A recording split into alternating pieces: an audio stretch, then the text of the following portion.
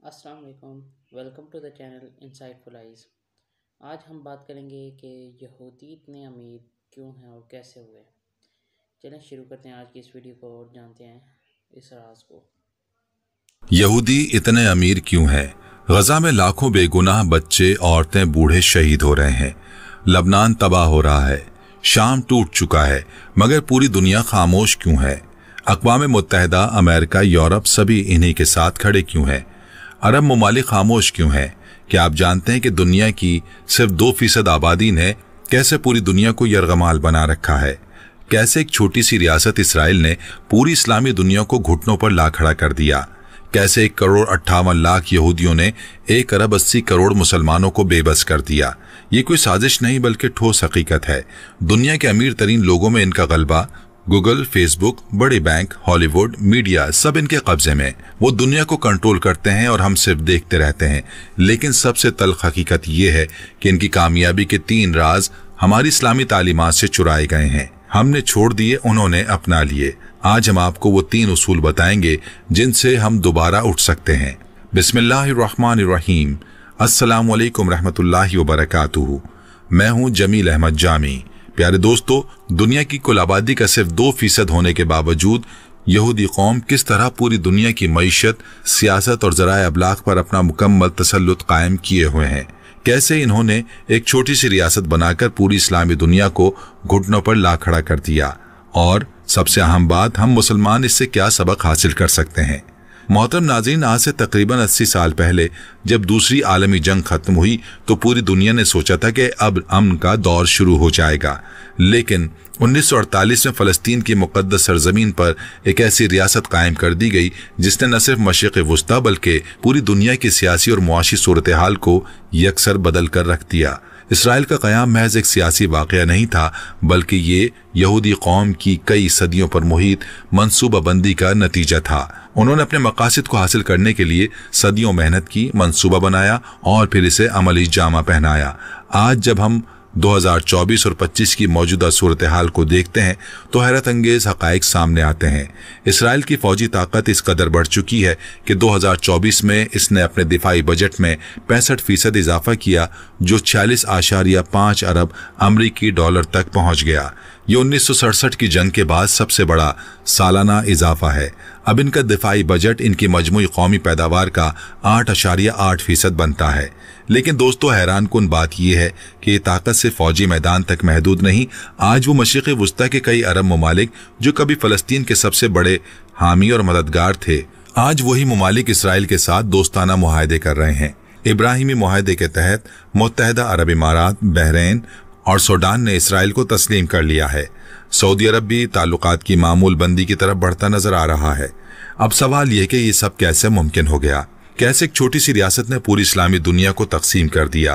कैसे इनकी आवाज अक़वाम मुत्तहिदा में सबसे ज्यादा बुलंद है जबकि मुसलमान ममालिक की तादाद 57 है?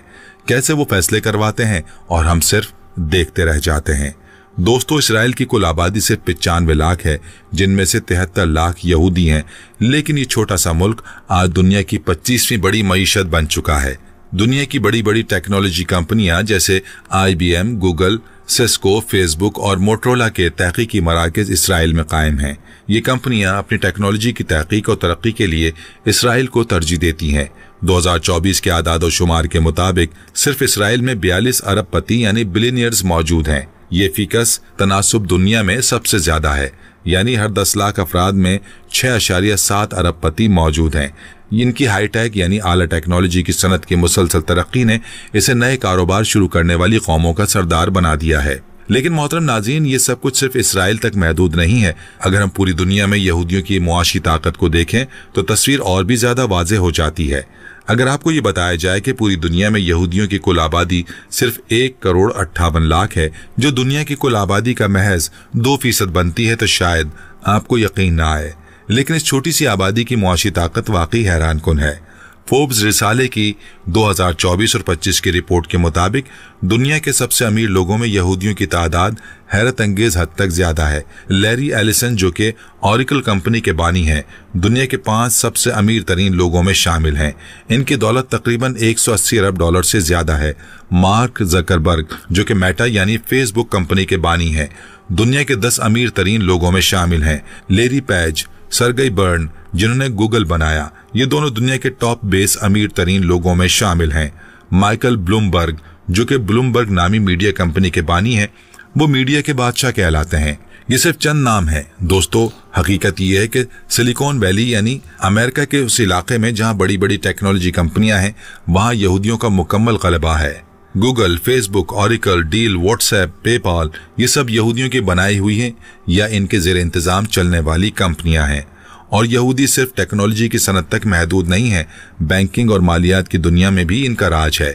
गोल्डमैन सैक्स, जेपी मॉर्गन, लेमन ब्रदर्स जैसे बड़े बैंक यहूदी बैंकरों ने कायम किए थे। अमेरिका के मरकजी बैंक, जिसे फेडरल रिजर्व बैंक कहा जाता है, इसकी तारीख में ज्यादातर सरबराह यहूदी ही रहे हैं। ज़राए अबलाग और तफरीही की दुनिया में भी इनका कब्जा है। हॉलीवुड की तकरीबन तमाम बड़ी फिल्मी कंपनियां जैसे Warner Brothers, MGM, Universal, Paramount, 20th Century Fox, ये सब यहूदियों ने बनाई थी। आज भी नेटफ्लिक्स, डिज्नी, CNN जैसी कंपनियों में यहूदियों का गलबा है। फैशन और खोर्दा फरोख्त की दुनिया में भी इन्हीं का राज है। और Ralph Lauren, Levi's, Calvin Klein, Victoria Secret, ये सब यहूदी ब्रांड्स हैं। अद्वियात बनाने वाली बड़ी कंपनियों जैसे फाइजर में भी यहूदियों का अहम किरदार है। और दोस्तों, ये बात तो और भी हैरत अंगेज है कि नोबेल इनाम जीतने वालों में 22% यहूदी हैं, हालांकि वो दुनिया की आबादी का सिर्फ 2% हैं। तिबियात, कीमियात, तिब, मौशियात, हर शोबे में यहूदियों की तादाद बहुत ज्यादा है। अमेरिका की आईवी लीग यूनिवर्सिटी जैसे हार्वर्ड, प्रिंसटन में यहूदी तलबा और असातिज़ा का तनासुब बहुत ज्यादा है। तो अब सवाल यह है कि सब कुछ कैसे मुमकिन हो गया? क्या यहूदियों के पास कोई जादुई ताकत है? क्या इनके पास कोई खुफिया राज है जो उन्होंने किसी को नहीं बताया? नहीं दोस्तों, हकीकत ये है कि यहूदियों की कामयाबी के पीछे 3 बुनियादी उसूल हैं जो वो सदियों से अपना रहे हैं। और सबसे हैरत अंगेज बात यह है कि ये तीनों उसूल हमारी इस्लामी तालीमात में भी मौजूद हैं, लेकिन हमने इन्हें छोड़ दिया और यहूदियों ने इन पर अमल शुरू कर दिया। पहला उसूल ये है कि यहूदी मुआशरे में इल्म को सबसे ज्यादा अहमियत दी जाती है। इनके यहाँ एक मशहूर कहावत है कि इल्म में सरमायाकारी सबसे बेहतरीन मुनाफा है। यहूदी बच्चे औसतन 3 साल की उम्र से ही पढ़ना शुरू कर देते हैं। इनके घरों में किताबों की लाइब्रेरी होती है। वालिदैन रोजाना कम से कम 1 घंटा अपने बच्चों को किताबें पढ़कर सुनाते हैं। ये इनकी रिवायत का हिस्सा है। इनकी मजहबी किताब तलमूद में हजारों सफ़ात हैं जो सिर्फ सवाल और जवाब पर मबनी है। यहूदी बच्चों को बचपन ही से सवाल पूछने की तरकीब दी जाती है। क्यों पूछना उनकी सकाफत का हिस्सा है। कोई भी चीज अंधे अकीदे से नहीं मानी जाती, बल्कि सवाल पूछकर समझना जरूरी है। यहूदी अपनी सारी जिंदगी पढ़ते रहते हैं। रिटायरमेंट यानी मुलाजमत से फारिग होने के बाद भी वो नए कोर्सेज कर लेते हैं, नई जबानें सीखते हैं, नए हुनर हासिल करते हैं। उनके लिए सीखना कभी नहीं रुकता। अब जरा इस्लामी तालीमात की तरफ देखिए। कुरान पाक की पहली वही क्या थी? इकरा यानी पढ़। हमारे नबी अलैहिस्सलातु वस्सलाम ने फरमाया कि इल्म हासिल करना हर मुसलमान मर्द और औरत पर फर्ज है। आप अलैहिस्सलातु वस्सलाम ने फरमाया कि इल्म हासिल करने के लिए चीन तक जाना पड़े तो चले जाओ। ये हैं हमारी तालीमात। लेकिन आज हमारी क्या हालत है? हम में से कितने लोग साल में एक मुकम्मल किताब पढ़ते हैं? कितने लोग कुरान को तर्जुमे और तफसीर के साथ पढ़ते हैं? हम तो सिर्फ सवाब की नीयत से बगैर समझे पढ़ लेते हैं। हमने इल्म को सिर्फ डिग्री हासिल करने तक महदूद कर दिया है। डिग्री मिल गई, नौकरी मिल गई, बस खत्म। इसके बाद कोई नहीं पढ़ता, कोई नहीं सीखता। यहूदियों का दूसरा उसूल यह है कि वो अपने बच्चों को बचपन ही से कारोबार करना सिखाते हैं। यहूदी बच्चों को 5-6 साल की उम्र से लेमोनेड स्टैंड लगाना सिखाया जाता है। ये एक रिवायती मशक है जहाँ पर बच्चे घर पर लीमू का शरबत बनाते हैं और गली में जाकर बेचते हैं। इससे उन्हें छोटी उम्र में ही ये समझ आ जाती है कि कारोबार कैसे किया जाता है।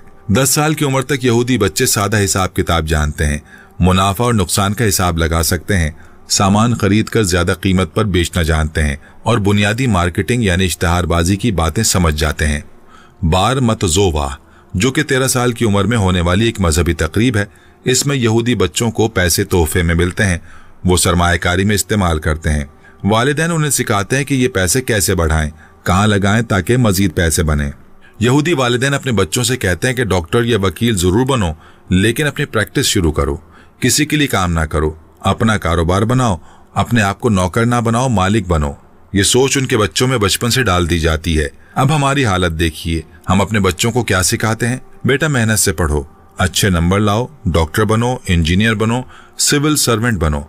यानी हम अपने बच्चों को बचपन से नौकरी के लिए तैयार करते हैं, नौकर बनने के लिए तैयार करते हैं। कारोबार को हम कमतर समझते हैं। हालांकि अगर आप इस्लामी तारीख देखें तो हमारे नबी अलैहिस्सलातु वस्सलाम खुद ताजिर थे। आप अलैहिस्सलातु वस्सलाम कारोबार करते थे। हजरत अबू बकर सिद्दीक रज़ियल्लाहु अन्हु, हजरत उस्मान गनी रज़ियल्लाहु अन्हु, हजरत अब्दुर्रहमान बिन औफ रज़ियल्लाहु अन्हु, ये सब कामयाब ताजिर थे। कुरान ने तिजारत को हलाल करार दिया है। अल्लाह ने बी यानी तिजारत को हलाल किया है। आज हमने तिजारत को कमतर समझ लिया है। हमारे यहाँ कारोबारी आदमी से ज्यादा इज्जत डॉक्टर या इंजीनियर को मिलती है। अगर कोई कहे मेरा बेटा कारोबार करता है तो लोग सोचते हैं शायद पढ़ा लिखा नहीं होगा। ये हमारी सोच गलत है। यहूदियों का तीसरा उसूल है भाईचारगी और यकजहती। इनमें एक उसूल है कि तमाम यहूदी एक दूसरे के जिम्मेदार हैं। यहूदी दुनिया में कहीं भी रहते हों, वो एक दूसरे से जुड़े रहते हैं। उनकी कम्युनिटी यानी बिरादरी की तंजीमें हैं जो पूरी दुनिया में फैली हुई हैं और आपस में राब्ते में रहती हैं। अगर कोई यहूदी कहीं भी कारोबार शुरू करता है तो दूसरे यहूदी उसकी मदद करते हैं। वो उसे कर्जा देते हैं बगैर सूद के या बहुत कम शरह पर। वो उसका सामान खरीदते हैं और उसे मशवरे देते हैं। वो उसे राब्ते फराहम करते हैं।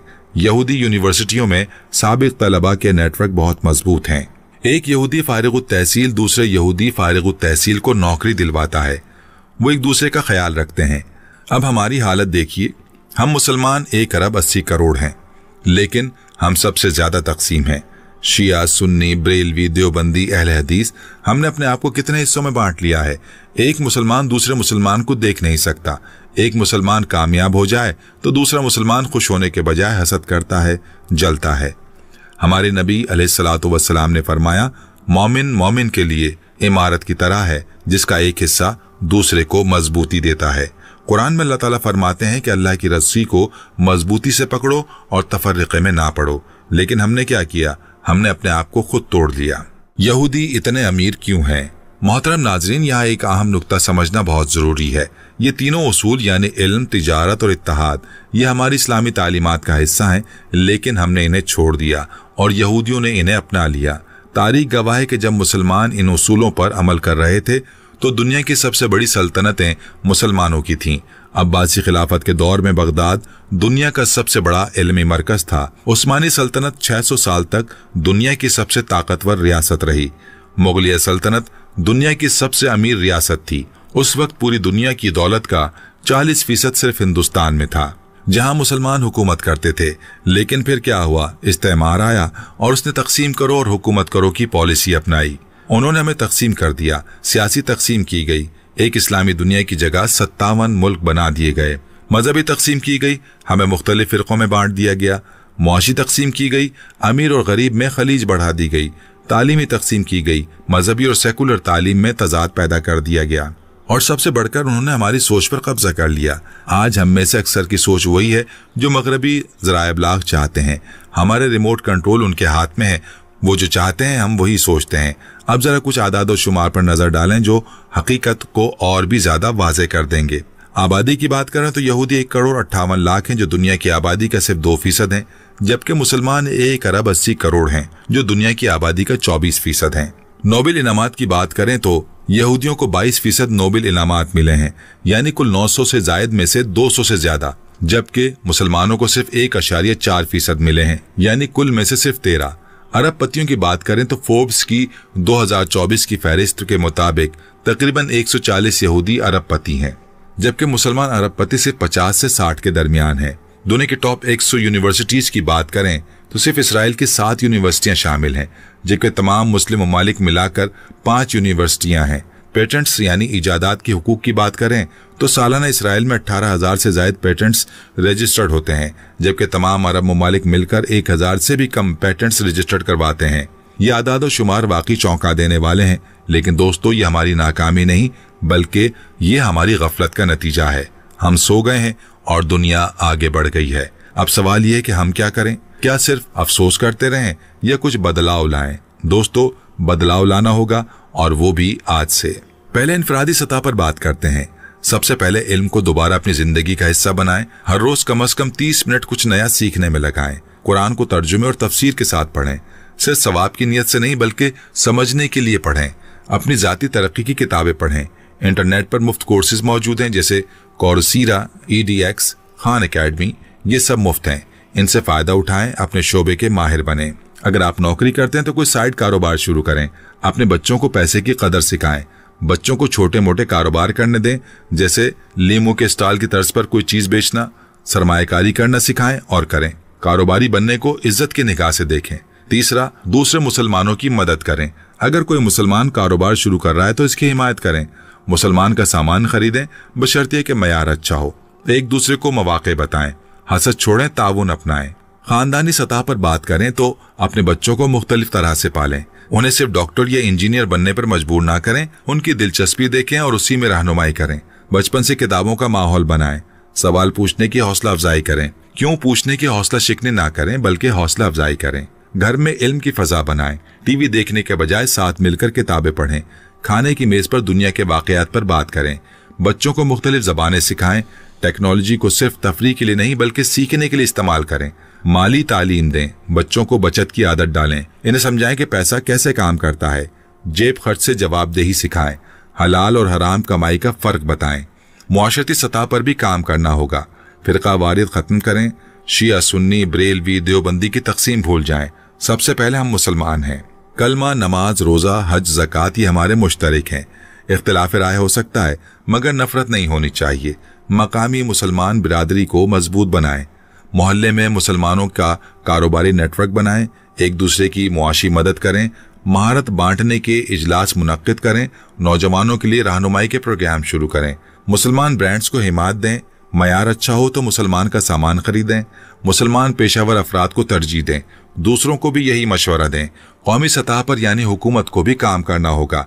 तालीमी निज़ाम में इनकलाब लाना होगा। रट्टे के बजाय समझ पर जोर देना होगा। तनकीदी सोच सिखानी होगी। कारोबार को निसाब में शामिल करना होगा।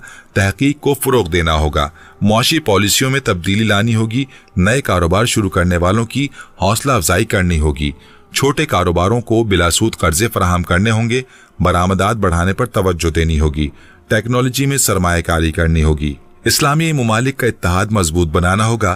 तंजीम ताउन इस्लामी को मजबूत बनाना होगा। मुश्तरका मुआशी मंडी अपनानी होगी। दिफाई ताउन बढ़ाना होगा। सियासी इख्तिलाफात को मुआशी ताउन पर हावी नहीं होने देना होगा। मोहतरम नाज़रीन, यहाँ एक अहम बात समझना जरूरी है। हम यहूदियों की कामयाबी से सबक ले रहे हैं, लेकिन हमारा मकसद सिर्फ अमीर बनना नहीं होना चाहिए। इस्लाम में कामयाबी दोनों जहानों में है। दुनिया में इज्जत, दौलत, ताकत और आखिरत में जन्नत और अल्लाह की रजा। यहूदी दुनियावी तौर पर कामयाब हैं, लेकिन इनके पास हक नहीं है। इनके पास ताकत है लेकिन इंसाफ नहीं। इनके पास दौलत है लेकिन सुकून नहीं। इनके पास टेक्नोलॉजी है लेकिन हिदायत नहीं। हमें ऐसी कामयाबी चाहिए जो हलाल तरीके से हो, जो दूसरों के हुकूक पामाल किए बगैर हो, जो अल्लाह की रजा के मुताबिक हो, जो दुनिया और आखिरत दोनों में फायदा दे। याद रखें, मुसलमानों ने एक वक्त दुनिया पर हुकूमत की थी। साइंस और टेक्नोलॉजी में अल-ख़ारज़मी ने अलजबरा इजाद किया, जिसे आज पूरी दुनिया इस्तेमाल करती है। इब्न सीना, जिन्हें यूरोप में एविसीना कहते हैं, उन्होंने तिब में इनकलाब बर्पा किया। अल हसन इब्नुल हाशिम ने रोशनियात की बुनियाद रखी। जाबिर बिन हयान ने कीमिया का आगाज किया। मुसलमानों ने अलजबरा, एल्गोरिथम, सिफर का तसव्वुर दुनिया को दिया। तिजारत और मईशत में रेशम की तिजारत मुसलमानों के हाथ में थी। अरब ताजिर अफ्रीका से लेकर चीन तक फैले हुए थे। मुसलमान बैंकिंग के बानियों में से थे। सोने का दीनार बैनुल अक़वामी करेंसी था। तालीम और सकाफत में बगदाद का बैतुल हुक्मा दुनिया की सबसे बड़ी लाइब्रेरी था। कर्तबा की लाइब्रेरी में 4 लाख किताबें थीं। मुसलमानों ने यूनानी उलूम का तर्जुमा और तहफ़्फ़ुज़ किया। यूनिवर्सिटी का तसव्वुर मुसलमानों ने दिया। जामे अल क़ुरवैन जो 859 ईस्वी में कायम हुई थी।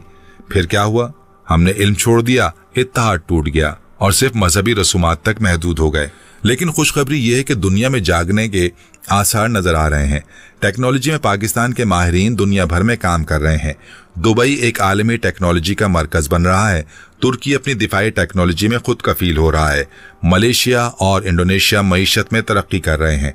तालीम में बेदारी आ रही है। सऊदी अरब विजन 2030 के तहत तालीम पर जोर दे रहा है। कतर ने दुनिया की बेहतरीन यूनिवर्सिटियों के कैंप्स कायम किए हैं। ऑनलाइन तालीम ने मुसलमान नौजवानों को मौका दिया है। कारोबारी शऊर बढ़ रहा है। हलाल सनत दुनिया की तेजी से बढ़ती हुई सनत है। इस्लामी बैंकिंग मकबूल हो रही है। मुसलमान कारोबारी सामने आ रहे हैं। अब सवाल ये है कि आप क्या करेंगे। आज से शुरू करें, आज एक किताब खरीदें या डाउनलोड करें और पढ़ना शुरू करें। कुरान का तर्जुमा पढ़ने का अहद करें। अपने बच्चों से दुनिया के बारे में बात करें, इनसे सवाल पूछें। कोई एक छोटा सा साइड कारोबार शुरू करने का सोचें। अपने मोहल्ले के मुसलमानों से राब्ता मजबूत करें। किसी एक मुसलमान कारोबारी से आज कुछ खरीदें। फिरका वाराना बहसों से बचें। इत्तेहाद पर जोर दें। याद रखें, अल्लाह किसी कौम की हालत नहीं बदलता जब तक वो खुद अपनी हालत नहीं बदलते। ये सूरह रात की आयत नंबर 11 में अल्लाह ताला ने फरमाया है, यहूदियों की कामयाबी अल्लाह की कोई खास मेहरबानी नहीं है, ये उनकी मेहनत, मनसूबाबंदी, इत्तेहाद और मुसलसल इल्म हासिल करने का नतीजा है। हम मुसलमानों के पास हक है, सच्चाई है, बेहतरीन दीन है। अगर हम अपने दीन की तालीमात पर अमल करें, इल्म हासिल करें, मेहनत करें, मुत्तहिद रहें, तो कोई ताकत हमें रोक नहीं सकती। मोहतरम नाज़रीन, आज की ये वीडियो सिर्फ मालूमात फराहम करने के लिए नहीं थी, एक बेदारी की पुकार है। ये एक आईना है जिसमें हमें अपनी हकीकत नजर आनी चाहिए। हमने देखा कि किस तरह 1,58,00,000 यहूदी 1,80,00,000 मुसलमानों से आगे निकल गए। लेकिन ये कोई जादू नहीं था, ये इन 3 उसूलों की पाबंदी थी। इल्म को सबसे बढ़कर अहमियत देना, कारोबार और कारोबारी सोच को फरोग देना और बाहिमी इत्तेहाद और यकजहती। और सबसे हैरत अंगेज बात यह है कि तीनों उसूल हमारी इस्लामी तालीमात का हिस्सा हैं। हमने इन्हें छोड़ दिया और यहूदियों ने इन्हें अपना लिया, लेकिन देर नहीं हुई। अगर हम आज से वापस अपने दीन की तरफ लौटें, अपनी इस्लामी तालीमात पर अमल करें, तकसीम खत्म करें, इल्म हासिल करें, मेहनत करें और एक दूसरे का साथ दें, तो वो दिन दूर नहीं जब मुसलमान दोबारा दुनिया की कायद कौम बन जाएंगे। याद रखें, हर बड़ा सफर एक छोटे कदम से शुरू होता है। हर बड़ी तब्दीली एक शख्स से शुरू होती है। वो शख्स आप हो सकते हैं। आज इस वीडियो को देखने के बाद अपने आप से यह अहद करें, मैं इल्म हासिल करूंगा, सिर्फ डिग्री के लिए नहीं बल्कि समझ के लिए। मैं अपने बच्चों को कारोबारी सोच सिखाऊंगा। मैं फिरका वारियत से ऊपर उठकर मुसलमानों का साथ दूंगा। मैं अपनी इस्लामी तालीमात पर अमल करूंगा। मैं नबी अलैहिस्सलातु वस्सलाम की सुन्नत को जिंदा करूंगा। ये थी हमारी आज की तफसीली वीडियो। उम्मीद है कि ये मालूमात आपके लिए मुफीद साबित हुई होगी और आप में तब्दीली का जज्बा पैदा हुआ होगा। आपसे दरख्वास्त है कि इस वीडियो को ज्यादा से ज्यादा शेयर करें ताकि ये पैगाम हर मुसलमान तक पहुंचे। अगर आपको ये वीडियो पसंद आई हो तो लाइक जरूर करें, हमारे चैनल को सब्सक्राइब करें और बेल आइकन को दबाएं ताकि आने वाली वीडियोस की इत्तला आपको फौरी मिलती रहे। तफसीर में जरूर बताएं कि आपने आज से कौन सी तब्दीली लाने का फैसला किया है। क्या आपको ये मौजू पसंद आया? क्या आप इस पर अमल करेंगे? और आप और कौन से मौजूआत पर वीडियो देखना चाहते हैं? नाज़रीन, याद रखें, उम्मत का ख्वाब तब हकीकत बनेगा जब हम खैर के कामों में लग जाएंगे। हमारे चैनल को देखते रहिए। हम जल्द ही हाजिर होंगे एक नए और दिलचस्प मौजू के साथ जो आपकी मालूमात में इजाफा करे और आपकी सोच को बदले। अल्लाह ताला हमें और आपको अमल की तौफीक अता फरमाए। अल्लाह ताला उम्मत मुस्लिमा को मुत्तहिद फरमाए। अल्लाह ताला हमें दुनिया और आखिरत में कामयाबी अता फरमाए। आमीन या रब्बुल आलमीन। अस्सलामु अलैकुम रहमतुल्लाहि व बरकातुहू। उम्मीद है आज आपको इस वीडियो का मकसद समझ आ गया होगा और आज से मैं भी कोशिश करूँगा कि इस पर अमल किया जाए और आपसे भी गुजारिश है कि आप इस पर अमल करें। अगर आपको आज की वीडियो पसंद आई है तो चैनल को सब्सक्राइब करें और वीडियो को लाइक करें। शुक्रिया।